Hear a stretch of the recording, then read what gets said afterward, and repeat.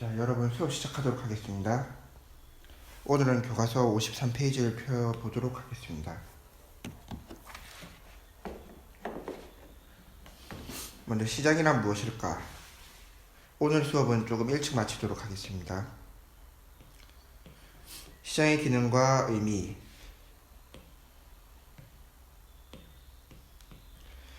일상생활에서 시장은 재래시장, 대형마트, 백화점 등과 같이 여러 물품을 사거나 팔 수 있는 곳이라는 의미로 사용된다.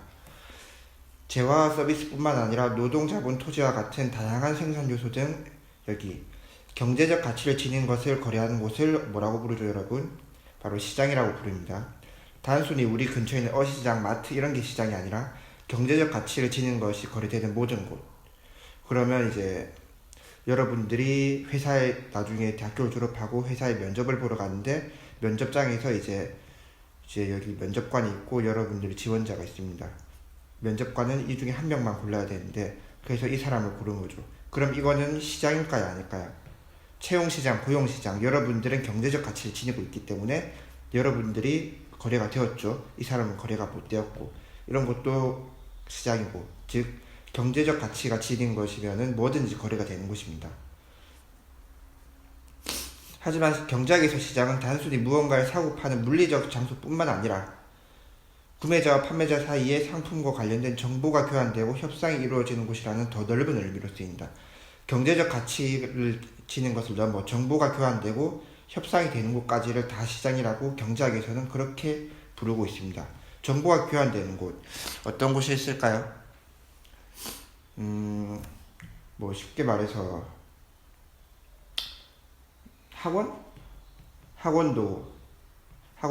학원에서 선생님이 아이들을 막 이렇게 가르쳐 주는데 여러 가지 뭐 취업 정보가 아니라 진학 정보라던가 아니면 뭐 이제 수학 학원이면 수학에 관한 정보 이런 것들이 교환되고 또 협상이 이루어지고 하는 것들, 이런 것들이 넓은 의미로 사용되고 또 이 협상이라는 것, 예를 들면 요즘 협상 전문가란 말도 있죠. 내가 예를 들면 좀 비싼 물건, 자동차로 합시다. 내가 자동차가 사고 싶어. 근데 여기 자동차 회사야. 근데 이 중간에서 이제 이 워낙 비싼 물건이니까 하나에 1억이라고 합시다. 1억 까딱 잘못했다가는 몇 천만 원 손해가 나니까 나는 신중해야 돼.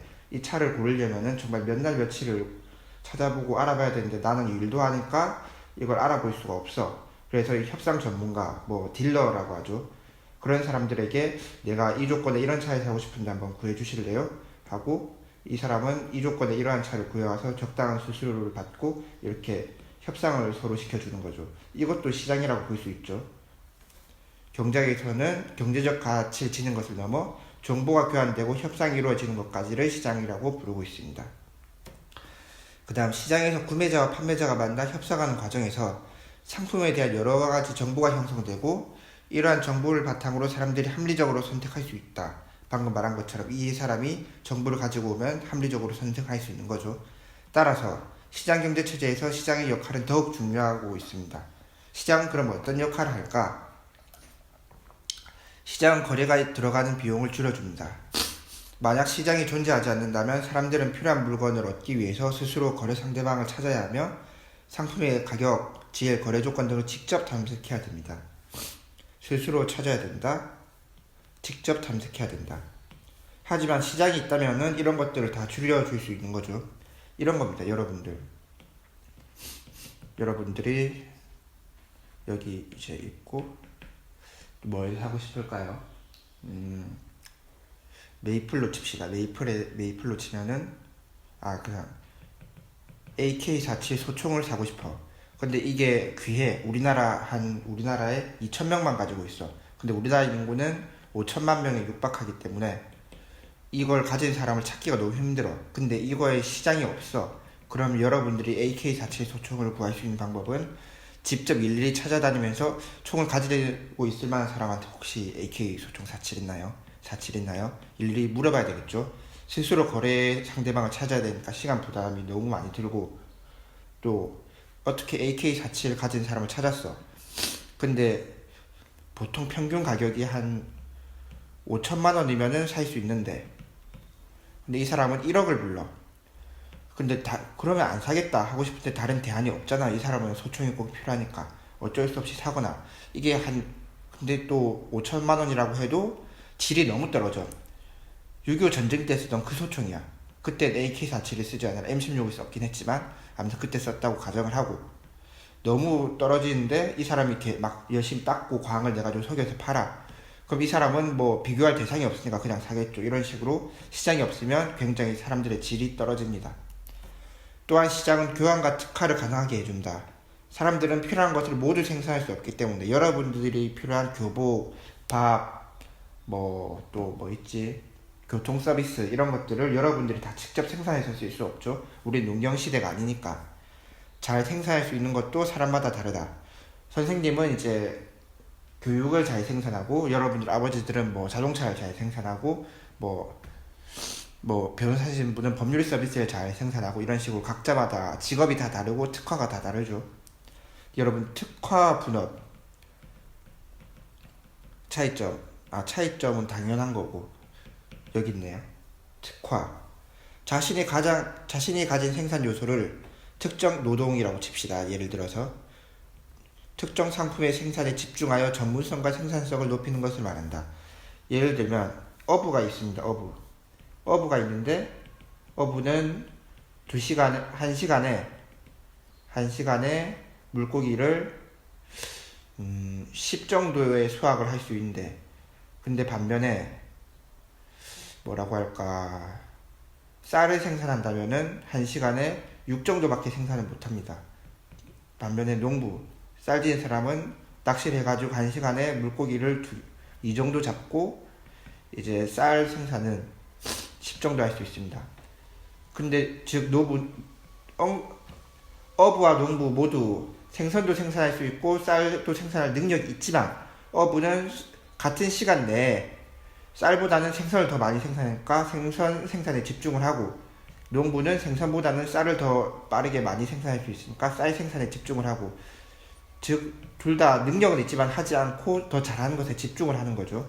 그렇게 만약에 그 다음에 그럼 1시간이 실제로 흘렀습니다. 10 이니까 서로 필요한 만큼 교환해서 생선 5개, 쌀 5개 이렇게 얻어지는데 근데 얘네들이 시장이 없어서 교환이 안 이루어진다. 그러면 어떻게 될까요? 1시간에 이거 반반씩 한다고 치면은 생선 5개 생산할 수 있고 어부는 쌀은 한 3개 생산할 수 있고 그 결과 시장이 있었으면 농부는 5를 얻을 수 있는데 시장이 없어서 지가 다 생산해야 되면은 5와 3을 얻을 수 있으니까 효율이 떨어지는 거죠. 그래서 시장이 중요한 겁니다. 방금 말한 게 이것도 분업이 되는 거죠. 이게 특화고 분업은 이제 포스트 모더니즘 시대에 처음으로 등장했는데 이제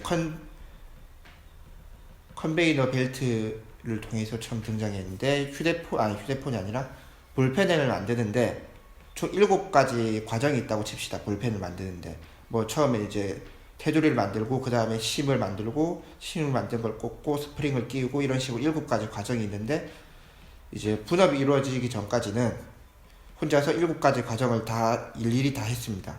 근데 분업이 이루어지니까 컨베이너 벨트 뭔지 알죠? 이 찡하고 마트에서 계산할 때 이제 물건 올려놓으면 찡하고 가는 거 있죠? 그게 컨베이너 벨트인데 여기 7명의 사람이 이렇게 다 서 있습니다.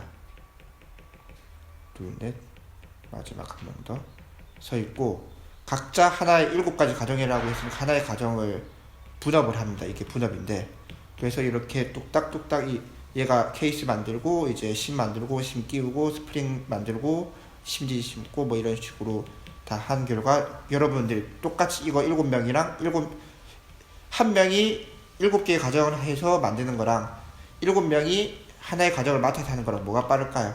당연히 이게 더 생산량이 몇 배씩 빠르죠. 그래서 분업으로 인해서 산업혁명이 일어나고 우리나라가 아니라 우리 세계 발전을 하게 되었습니다. 분업은 생산의 모든 과정을 구분하고 여러 사람이 분담하여 일을 완성하는 것이다 라고 되어 있네요. 시장이 생겨나면서 사람들은 서로가 생산한 상품을 교환할 수 있게 되었고 이에 따라 자신이 가장 잘 생산할 수 있는 상품만을 특화할 수 있게 되었다. 이러한 교환과 특화는 분업을 촉진하였고 이게 분업이면서 동시에 특화인 거죠. 각자 잘하는 거에 집중하는 거니까. 사회 전체의 생산성을 향상하는 데 기여하였고 이게 이꼴 산업혁명까지 이어졌습니다. 여러분 그럼 시장의 역할 한번 정리 한번 해볼까요? 시장의 역할.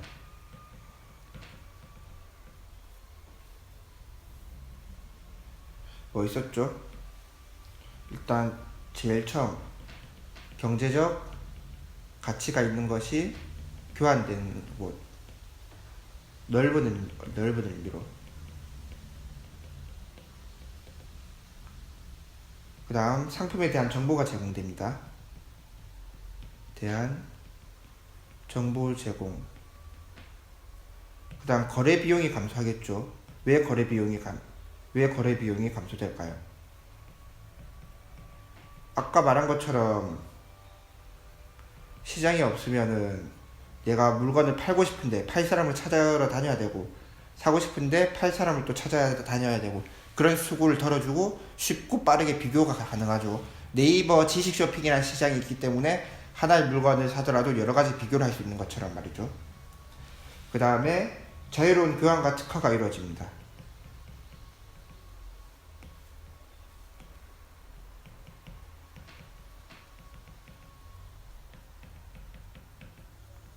이루어지고 분업을 촉진하게 되죠.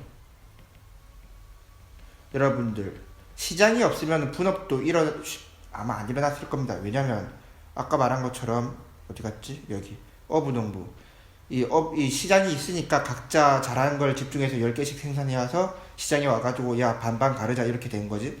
만약에 시장이 없었으면 얘네들은 교환이 안 이루어지기 때문에 생선만 먹고 살 수 없으니까 어쩔 수 없이 쌀도 생산하고 해야 되니까 분업과 특화가 잘 안 이루어지는 거죠. 교환을 못하니까 교환을 전제를 하고 분업과 특화가 이루어지는 겁니다. 그래서 시장은 교환을 통해서 특화와 분업을 촉진시킬 겁니다. 이게 시장의 역할입니다. 이거 꼭 필기 하십시오, 여러분. 조선시대 이거는 그냥 한번 읽어보고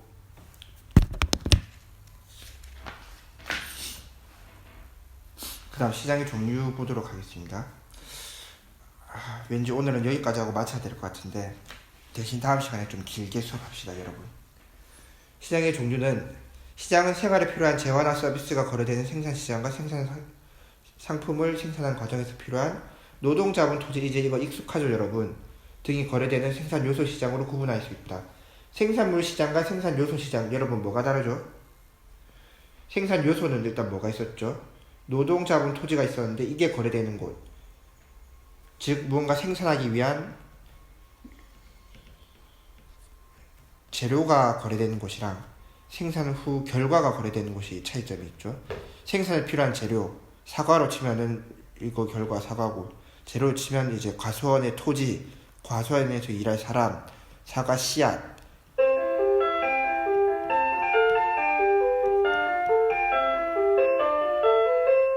이런 것들이 다릅니다. 여러분 이제 1교시가 시작되었습니다. 선생님 오늘 학교 좀 일찍 와가지고 수업하고 있습니다.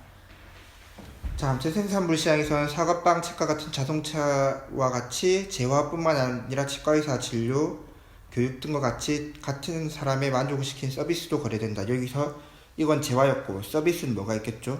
여기서 보자. 교육, 선생님의 교육이 여기 있고, 그러면 재료는 교사, 뭐 학교 땅과 이거 건축물, 그리고 교과서, 뭐 칠판, 뭐 선생님이 마시는 물, 이런 에어컨 여러 가지가 있겠죠. 여기서 에어컨은 사회 간접 자본이라고 해당될 수 있겠네요. 아무튼 거래된다. 일반적으로 생산물 시장에서 생산물의 구매자는 가게이며, 이건 알죠? 기업은 생산물의 판매자가 된다. 보통 이렇죠. 여러분들 부모님이 예를 들어 과일 가게를 하신다고 해도 여러분들 어머니는 기업이 됩니다. 막 삼성전자, 현대자동차처럼 이런 거대한 기업만 기업이 아니라 일반 1인 사업자도 기업으로 분류를 하고 있습니다. 생산물을 판매한다면 모두가 기업이 됩니다. 여러분들이 뭐 중고나라는 이제 세금을 잘 안 매기는 경우가 많은데 매긴다고 치고, 중고시장 나가서 뭐 아이폰을 판다고 해도 여러분들은 그 순간만큼은 시장에서는 기업으로 분류가 됩니다. 따라서 생산시장에서 재화와 서비스를 거래하므로 가계는 만족을, 기업은 뭘 추구하죠? 이익, 수익을 추구한다. 가계는 만족, 효용을 극대화하려고 하고 기업은 이윤을 극대화하려고 하는데 효용 극대화의 뜻은 뭐죠? 적은 비용으로 최대한의 만족감을 누리는 것. 이윤은 적은 비용으로 최대한의 수익을 매기는 것. 지금 그렇습니다. 그 다음에 생산 요소 시장은 노동 시장에서는 생산 필요한 노동이, 자본 시장에서는 상품의 생산하는 과정에서 사용되는 공장, 기계, 설비 등등 이런 것들. 그리고 토지는 부동산뿐만 아니라 천연자원이 거래되는 걸 말합니다. 그러면 철광석은 뭐가 되죠? 자본이 아니라 토지가 되는 겁니다. 가계는 생산 요소를 제공하는, 여러분 그러면 주식은 여기 어디 될까요? 주식은 선생님이 생각하기에 자본이라고 볼 수 있습니다. 왜냐하면 생산 과정에서 필요한 것. 증권회사에는 주식을 거래하기 때문에 증권회사에서 펀드라는 상품이 있는데 펀드 상품을 만들기 위해서는 주식이 필요하니까. 그 다음 가계는 생산 요소를 제공하고 소득을 얻기 때문에 생산 요소의 가격이 가계 소득의 크기를 결정하는 중요한 요소가 되며 생산 요소의 가격 뭐라 하면 되죠? 여러분들 부모님의 노동력의 가격이라고 보시면 됩니다. 가계가 제공하는 생산 요소가 어느 정도 필요한지는 생산부 시장의 규모에 의해 영향을 받는다. 가계가 제공하는 노동력, 생산 요소가 어느 정도 필요한지, 노동력이 어느 정도 필요한지는 생산부 시장의 규모. 우리나라 반도체 시장 엄청 크죠. 반도체 시장이 크니까 반도체 공장에서 일할 노동력이 많이 필요한 거고, 우리나라가 좀 잘 못하는 거, 축구는 특정 인물 워낙 잘하니까 제일 좀, 예를 들면 뭐 핸드볼, 뭐 우리나라 못하는 거 없으니까 넘어갑시다. 또 경쟁에 따라서도 시장을 구분할 수 있다고 했는데 여러분 20분까지 하고 마치도록 하겠습니다. 자, 한번 봅시다. 시장에서 판매되는 상품의 질이 동일하며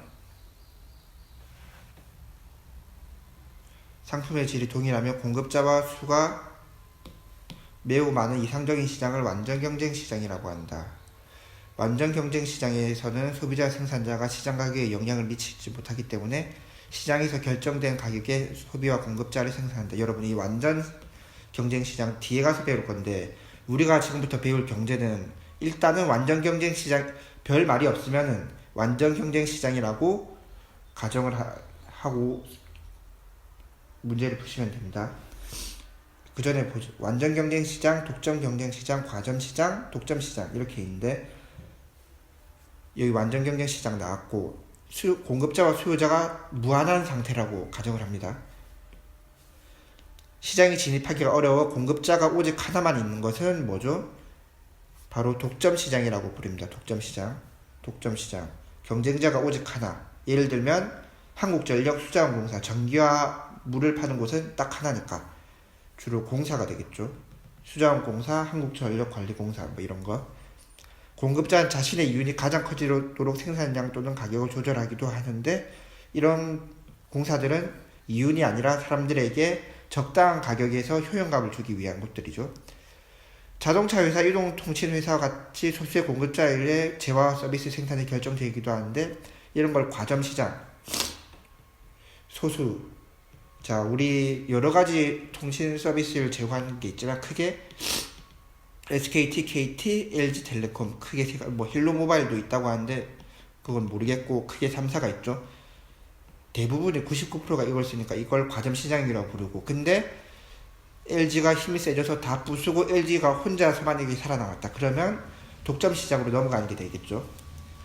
그리고 과점시장은 독점시장과 같이 진입장벽이 높은 편입니다. 있지만 독점시장만큼 높진 않으며 그러면 진입장벽이 가장 높은 게 독점시장이고 이거보다 덜 높은 게 과점시장이 되겠죠. 완전 경쟁시장은 거의 아주 낮다고 보면 되겠죠. 소수의 공급자가 경쟁하는 구조이다. 따라서 과점시장에서 어느 정도 공급자가 가격과 생산량을 조절하면 다른 공급자는 즉각적으로 영향을 받을 수 있다. 즉 과점시장에서 예를 들어 SK가 갑자기 월 통신료 10만원에서 만원으로 줄였다. 그러면 사람들이 전부 SK로 넘어갈 거니까 KT, LG는 이 소비자들을 뺏기기 싫어서 울며 겨자 먹기로 뭐 1.1이나 뭐 똑같이 1로 맞추거나 이렇게 넘어가겠죠. 즉각적으로 영향을 받을 수밖에 없다. 살아남으려면. 마지막으로 음식점, 미용실과 같이 다수의 공급자가 질이 조금씩 다른 상품을 생산하는 걸 독점적 경쟁시장이라고 이야기를 합니다. 독점적 경쟁시장은 진입장벽이 낮아 누구나 시장에 진입할 수 있지만 생산하는 재화나 서비스의 질이 다르므로 각 공급자는 주로 제품 차별화 전략을 통해 경쟁한다. 즉, 독점적 경쟁시장은 완전 경쟁시장과 독점시장의 성격을 모두 지닌다. 자, 완전 경쟁시장은 음식점으로 칩시다. 음식점마다 맛이 많이 다르죠. 근데 거의 아주 무한한 게 있다고 치고 독점 경쟁시장은 완월동으로 칩시다. 완월동에 라면집이 있는데 어떤 집은 좀 싱겁고 어떤 집은 매콤하고 어떤 집은 얼큰하고 어떤 집은 단짠 이런 식으로 다 딱 4개가 있는데 다 다릅니다. 이게 바로 독점적 경쟁 시장이고, 근데 완전 경쟁 시장에서는 이런 게 엄청 많은 상태, 무한한 상태, 이런 게 완전 경쟁 시장입니다. 무슨 말인지 알겠죠? 이 라면집들은 서로 서비스, 재화나 서비스의 질을 다르게 해서 좀 더 우리 가게 손님을 많이 오게 하려고 차별화 전략을 추구하는 것입니다. 이해되시죠, 여러분? 그럼 오늘 수업은 여기까지 하도록 하겠습니다. 오늘은 일찍 마쳤으니까 편하게 쉬시기 바랍니다. 수고 많으셨습니다.